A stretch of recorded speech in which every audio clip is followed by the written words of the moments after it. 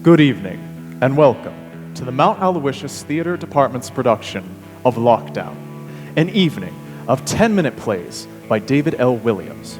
We miss our live audience more than you can know, but we are thrilled to be able to bring these 4 challenging and exciting plays to you, safe in your home and socially distanced.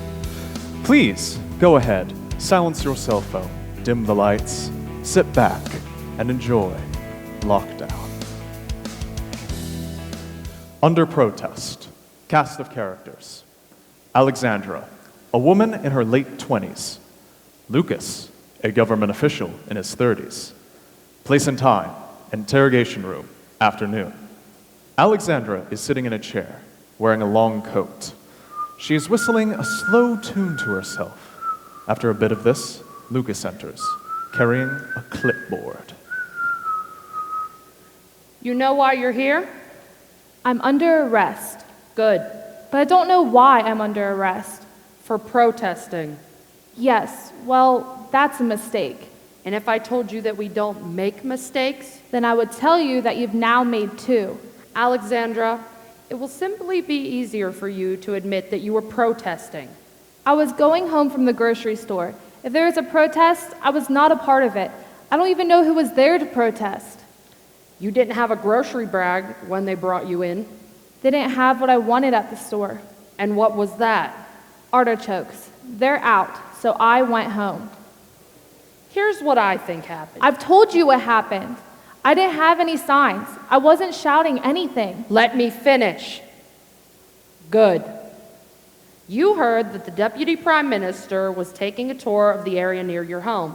You had some misguided notion that our economic issues are caused by our government and not by foreign powers, which has clearly been proved in the newspapers, and you went out to protest.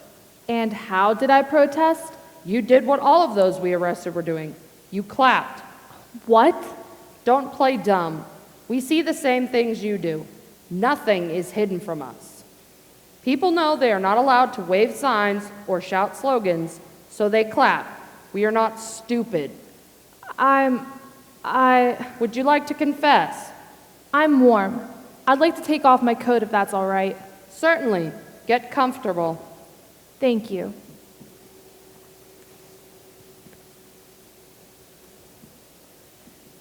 You were saying? Let me go check on something. He exits. She whistles the same tune, but a little happier now. She gets up and walks around the room. She looks at the chair and runs her forefinger over the seat. Something is carved there. Lucas returns. So I can go? Sit down. Did you know somebody carved something into the chair? How did they do that? Are they only frisking people occasionally? Sit down, Alexandra. There's no hard feelings. There were people there clapping. I heard them. I'm sure you guys were just picking up everyone in the area, and I got swept up in... I'm sorry, do you think you're leaving? Well, yes, of course. No, you were arrested. You're not going anywhere. You arrested me for clapping. How are you going to prove that? You were arrested for protesting. It was never specified how you did that. Okay. You're happy? I'm just curious to see where this is all going. Curious and smiling. I like to see somebody who's good at his job go to work. I like spin.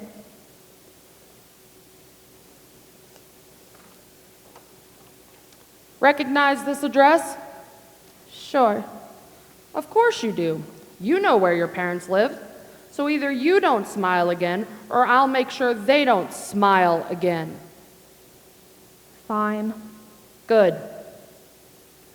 What do you think of the government? I don't. Not at all. I get up, I go to work, I come home, I make dinner, I go to bed, and it all repeats. I don't have time to think about the government. So you would say you have nothing positive to say about it? Actually, I would say I have nothing negative to say about it. Do you blame them? For what? For that? For missing an arm. Yes. No. Who do you blame? Whom? I teach grammar. I'm aware of that. From that file there? Does that file tell you how I lost my arm? It does. Well, knowing that, why would I blame anyone? It was a national hospital. not a private one. Perhaps you thought something could have been done that wasn't. Perhaps you remember a doctor not... I was 3. I don't remember anything. Even still, Would I be right to blame the government for that? no, you would blame the doctor who made a mistake, if he made a mistake, which I think he didn't. Why didn't you know about me? What's that? If that file is so thorough, why were you surprised when I took off my coat? It's a big file. It doesn't seem like it.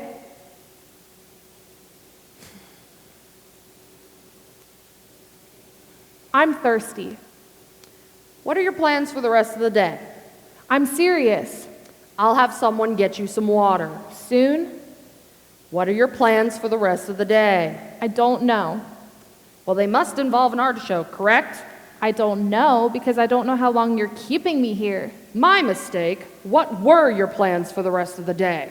I planned on making artichoke dip. I'm invited to a party tonight. What kind of a party? Oh, just a bunch of friends who eat finger food and overthrow the government. These aren't smart jokes you're making. Everything you're saying, we can use this in court and it'll just be read. There won't be any kind of tone. It's a dinner party. That's it. You say you have a big file on me. I don't know. Maybe it's big in relation to, say, a file on a newborn baby, but I don't think it's big in relation to some of the other people you brought in. Those people, I read about them in the paper. They protest. I don't. I don't care who runs things, as long as they're run. I keep my head down. I do my job. I have it a little harder, yes, because of this, but I don't complain. Here's something. Maybe I look like somebody who is protesting. I have a familiar face, a familiar look. Wearing my coat, maybe this other person, maybe she's wearing the same kind of coat. It's an honest mistake. I would walk away without a complaint, no questions asked. He gets up and exits. She tries to whistle, but her lips are too dry. She gets up and looks at herself in the glass. She tries to fix her hair, but it doesn't do much good. He returns with a glass of water. He holds it out to her. She goes and takes it, but doesn't let it go. She lets go and goes and sits in the chair. He approaches her and hands her the glass. She takes it. Thank you. You can stand up if you like. Yes? Of course, Alexandra. We're all friends here. What's your name?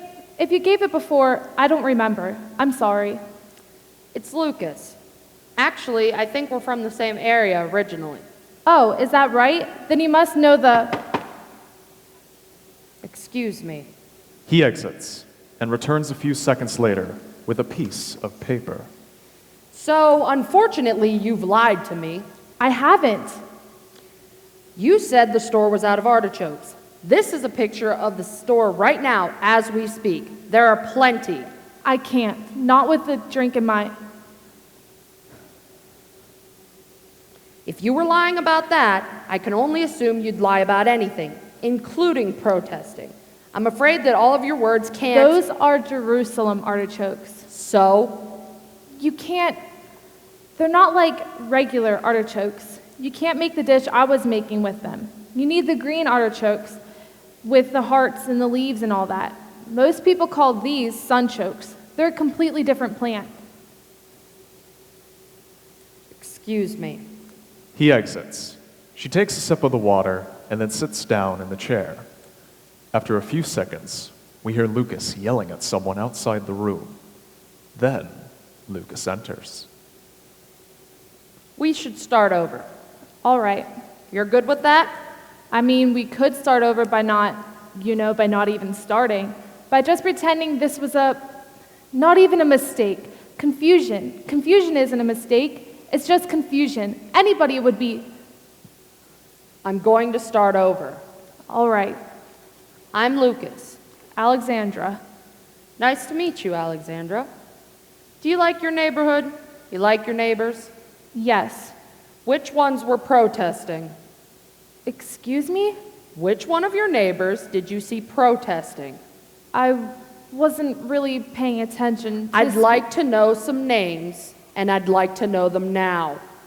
If you want me to confirm the identities of the people you've brought in, I can do that, if that's what you want, but you don't really need me for that.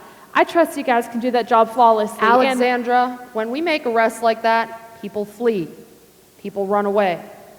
We can only catch so many. We'd like you to give us the names of the people that we didn't catch. I don't... That's right, isn't it? Whom we didn't catch. So, your neighbors?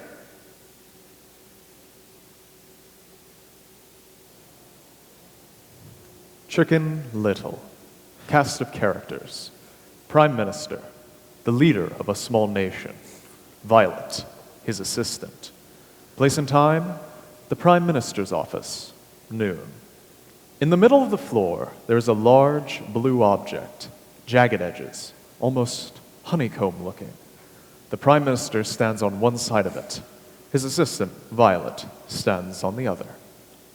You carried it in? Yes. By yourself?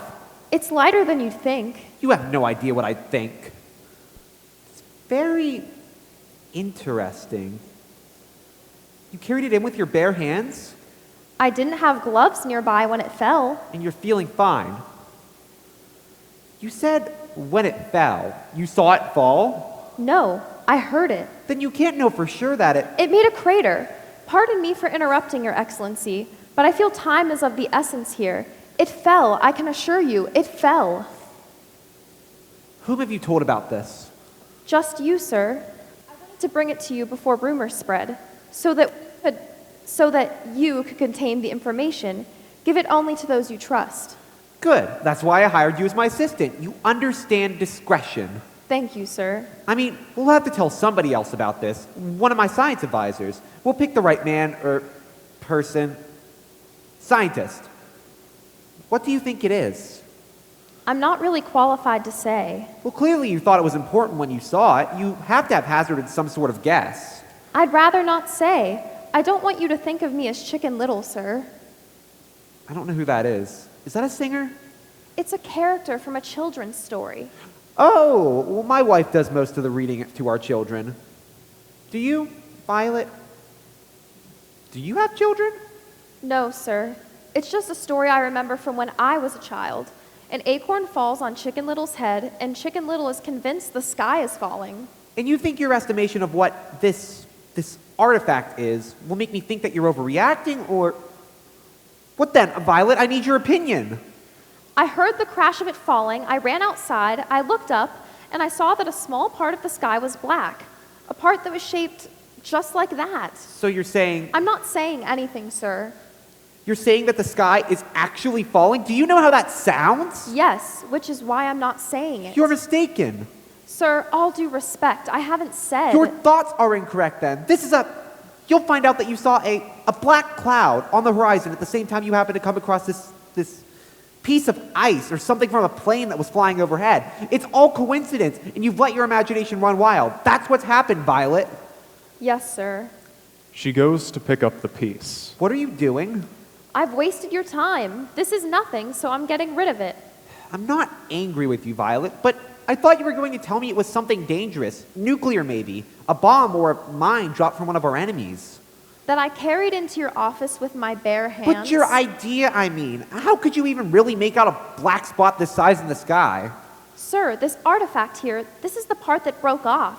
This isn't all that fell. Oh? I took pictures. Oh my God. That's the left side of it. That's the right side. What I could fit into the picture. I need surveillance footage of, Sector 16. Sector 16. For the sky, weather purposes. For weather purposes. Sky shots. The most recent ones. Thank you.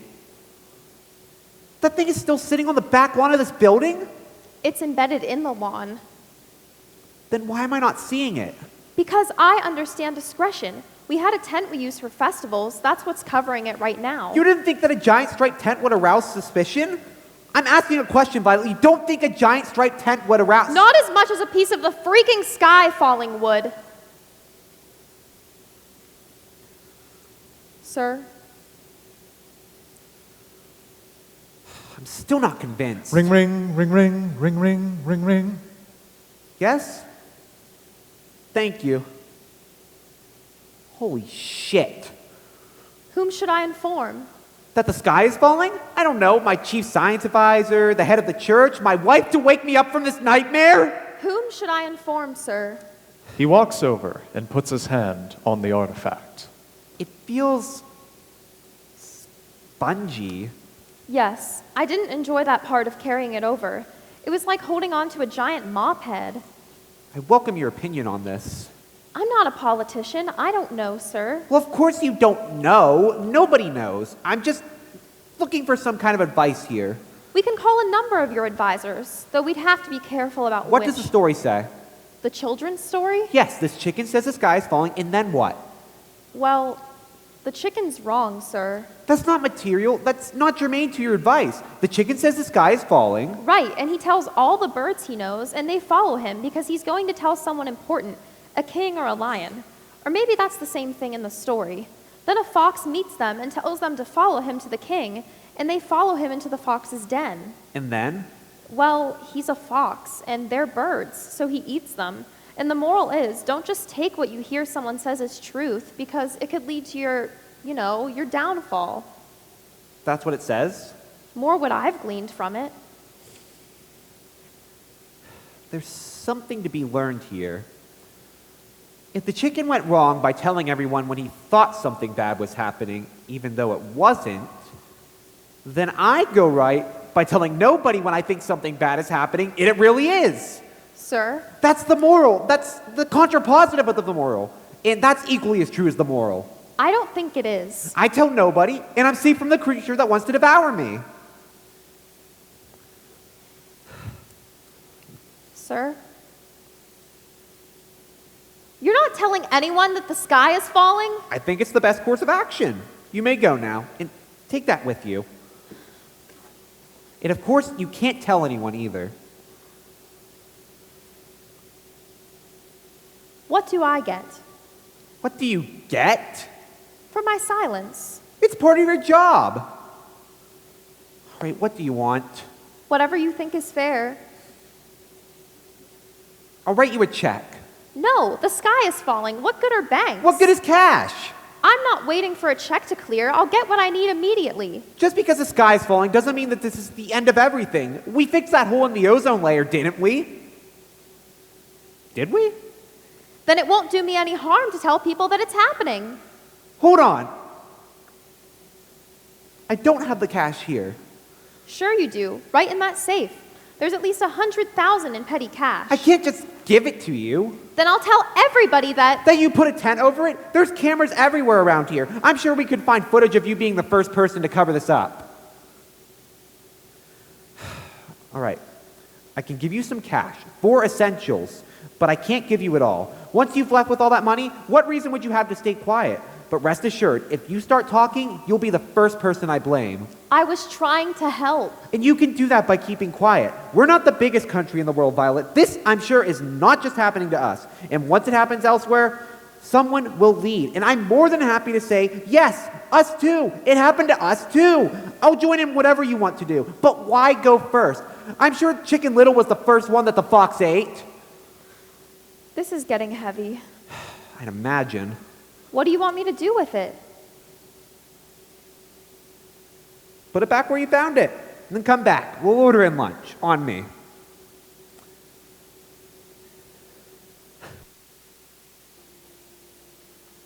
Sing your song quickly. Cast of characters. Catherine, an author in her 30s. Leary, a bartender in his 20s. Man, a patron of the bar. Place and time, a bar, twilight. Leary is tending the bar. He is wiping down the bar and reading a paperback book when Catherine enters. Her cheeks and hair are streaked with soot. He puts the book away as she sits down at the bar. Whiskey. Sour? Just whiskey. I've come from the burning. 6. You want to pay now or run a tab? Did you hear what I said? You've come from the burning. Yes. Is that supposed to mean something to me? It will. So, do you want to pay now or... Christ, here. Thanks. You a firefighter? I'm a woman. So what? My sister's a firefighter. We weren't fighting fires. We were burning. Looks like it got out of hand.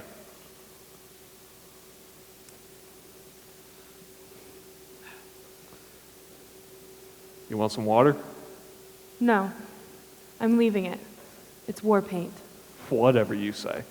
He looks down at the bar. No other customers. Fine. I'll bite. Are we at war? What's your name? Leary. Leary, I'm Catherine. Are we at war? We should be. And what were you burning, Catherine? Books. Books. Whole libraries, really. That's despicable. Is it? Why would you burn books? Are you some kind of fascist? You like books? What kind of idiot doesn't like books? What are you reading now? Maybe I He shouldn't gets his tell- book, but stops. Maybe I shouldn't tell you. Don't want you to throw it on the fire. I bet you're reading what everyone's reading. Sing your song quickly. It doesn't matter what I'm reading. It's okay. Look at the picture of the author. He looks at the back of the book, then to Catherine, then back to the book. So, you're, what, trying to take out the competition? I was just trying to burn my own books. And then, as you say, things got out of hand. Why would you do that? I think I should call the police. All right. You're okay with that? I confessed to a crime, didn't I? You're well within your rights. Leary puts the book on the bar and takes out his phone. But if you do, I won't tell you why I did it. She finishes her whiskey and hands it back to him. He puts back his phone and then refills her glass. On the house? 6. Fine. Well, They did something to my book. cool. That's crystal clear. There's no need to. Who did what to your book? Well, I don't know who specifically. Could be my editor, could be the publishing company. Hell, it could even be the printers. And what did whoever do? I'm not sure. So, somebody you don't know did something you're not sure of to your book. Yes. Well, that seems like certainly a reason to burn down a library. He picks up his phone. It screws people up, Leary. Your book does. Yes. Isn't that the aim of any good book? It mentally does, I mean. That's what I meant too. I'm not speaking metaphorically here. People finish it and they start behaving rashly. They do crazy shit they would have never done if they hadn't read the book. That's why I'm burning them. Assuming you're right, which I don't. I mean, you can't burn them all. I know. I did it to make people aware of this. When the police come and take my statement, I'll let them know. They'll have to look into it. And when they do... You tell people they're not supposed to read something. That's a pretty great way to get people to read it. Is this some kind of dumb viral marketing stunt? This isn't a don't read it because it's dirty situation.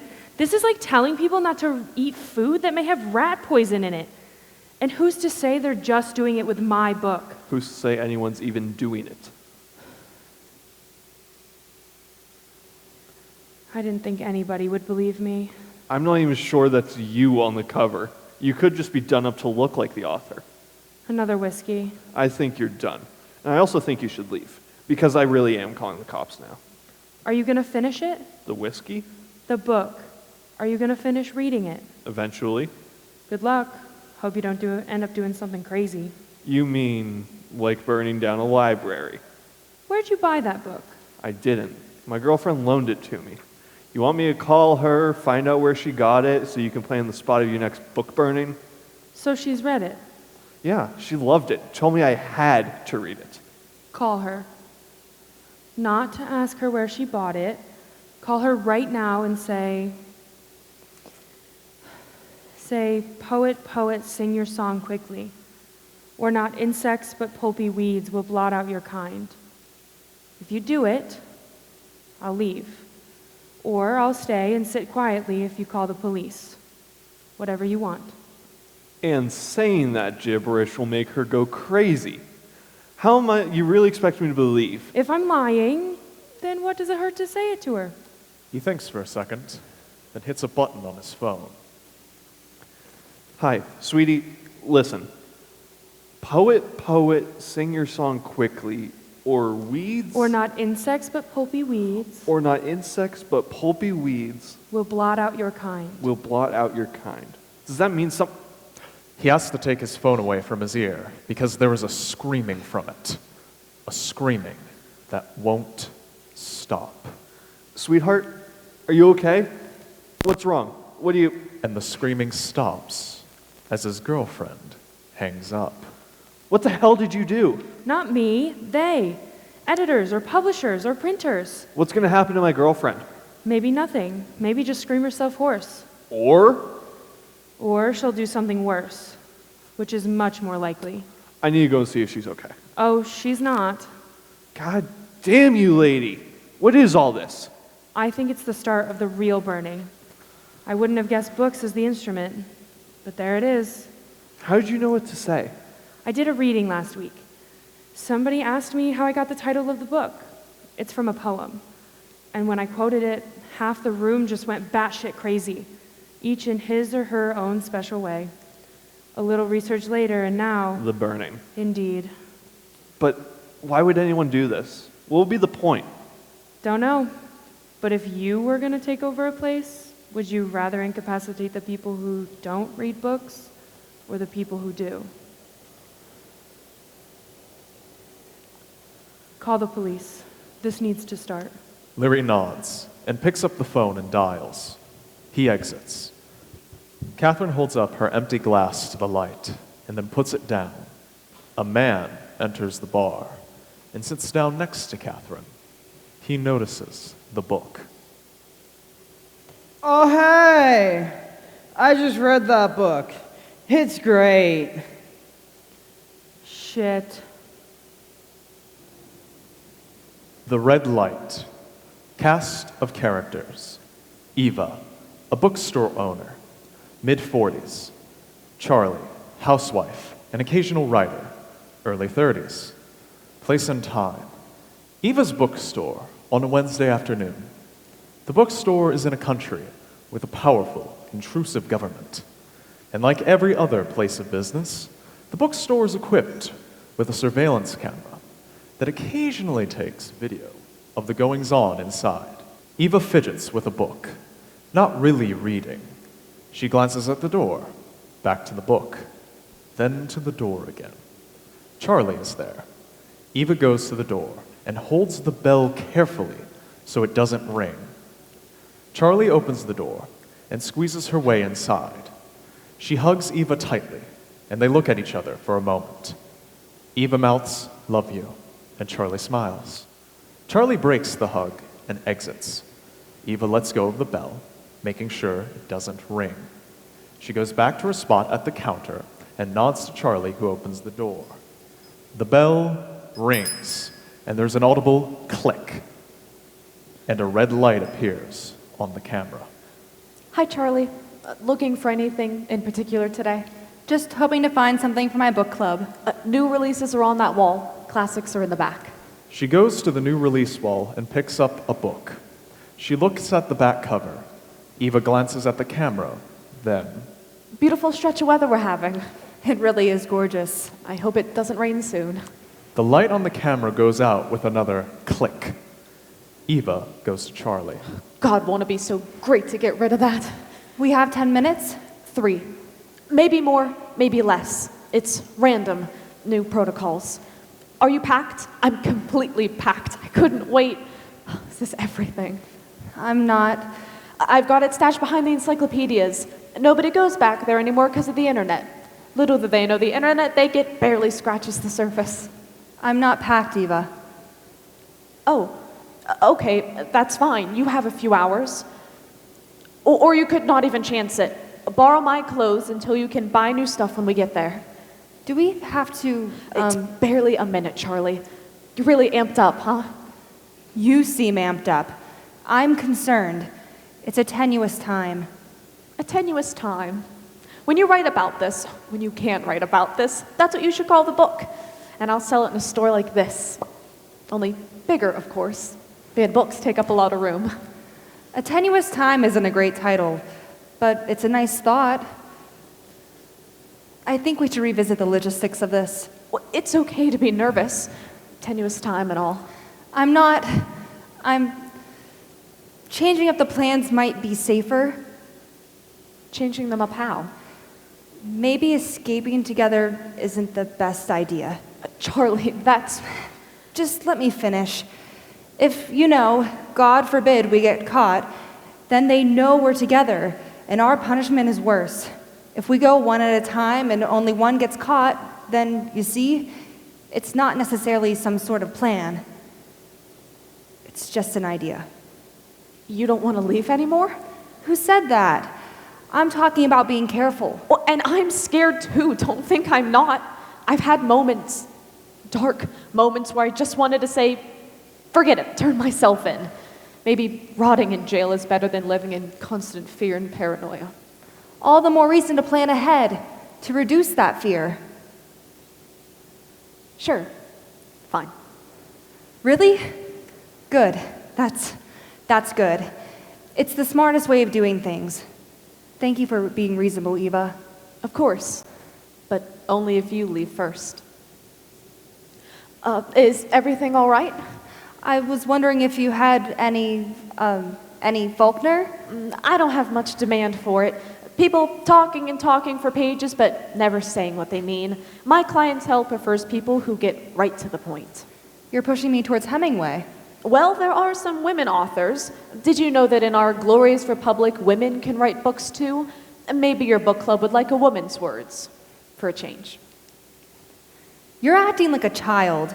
The people on the other end of that feed, they're going to suspect something. They have enough real revolutionaries to monitor to care about every moment from my shop's camera. It's just there to make us afraid. I guess it's working. This is so much easier for you. I have a husband, a life. Oh, it must be wonderful to have a life. What's that like? I make one suggestion and you go off the deep end. If it's all about safety, then why can't you go first? Because if I go first, then you can have a change of heart. Stay, and you'll be free of what we have. It's painless. If we were separated, it would be far from painless. What have I been doing all this time? This is hopeless. I don't know what you think is happening, but you're wrong. Then tell me what's happening, Charlie. Prove me wrong, or the next time that camera clicks on, I kiss you. Hard. If you did that, I'd slap you. Hard. And they wouldn't ignore that. They'd come and arrest you. Maybe that would be for the best. In jail, I wouldn't have to pretend I'm something I'm not. If we're not going to leave, might as well. I'll do it, Eva. I'm not kidding. My arrest, would that be painless to you? What's going on, Charlie? He's being so nice. Your husband? Yes. I think he's changing, maturing. So did you fall in love with me as an alternative to him? You're thinking of this the wrong way. Are you leaving with me or not? Honestly, I don't know. It's not easy to just leave everything. And wherever we'd go, two women together, some people will still stare. Maybe, but they won't have cameras and guns, will they? Do you think I'm wrong for being in love with you?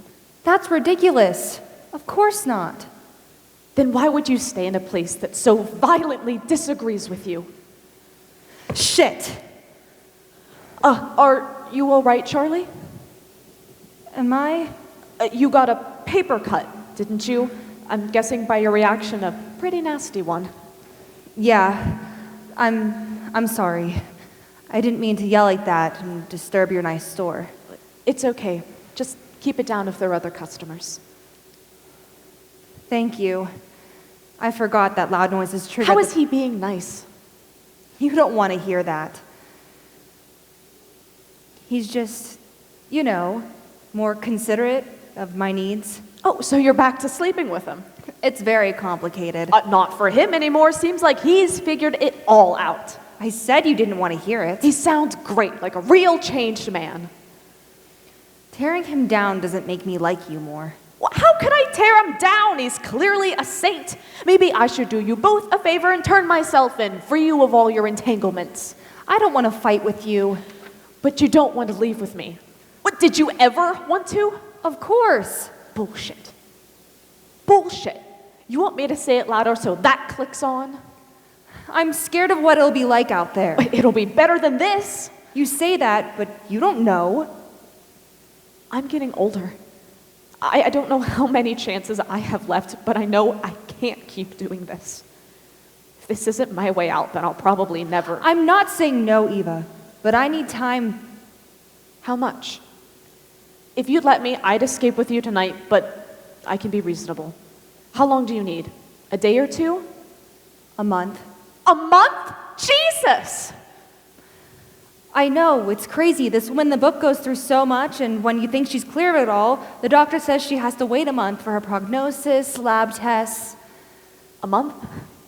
Wow, that's such a long time. It seems like it.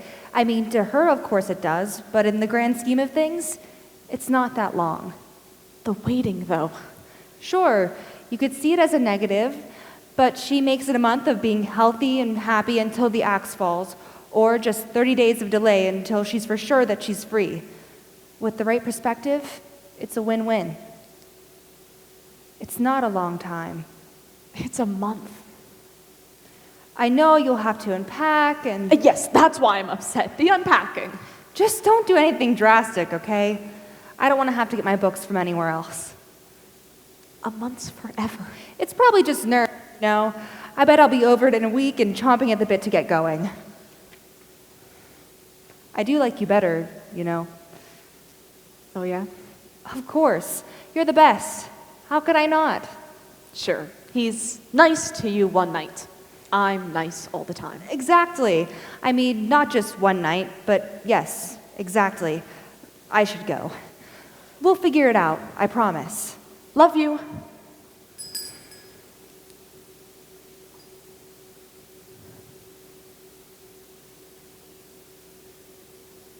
Hey,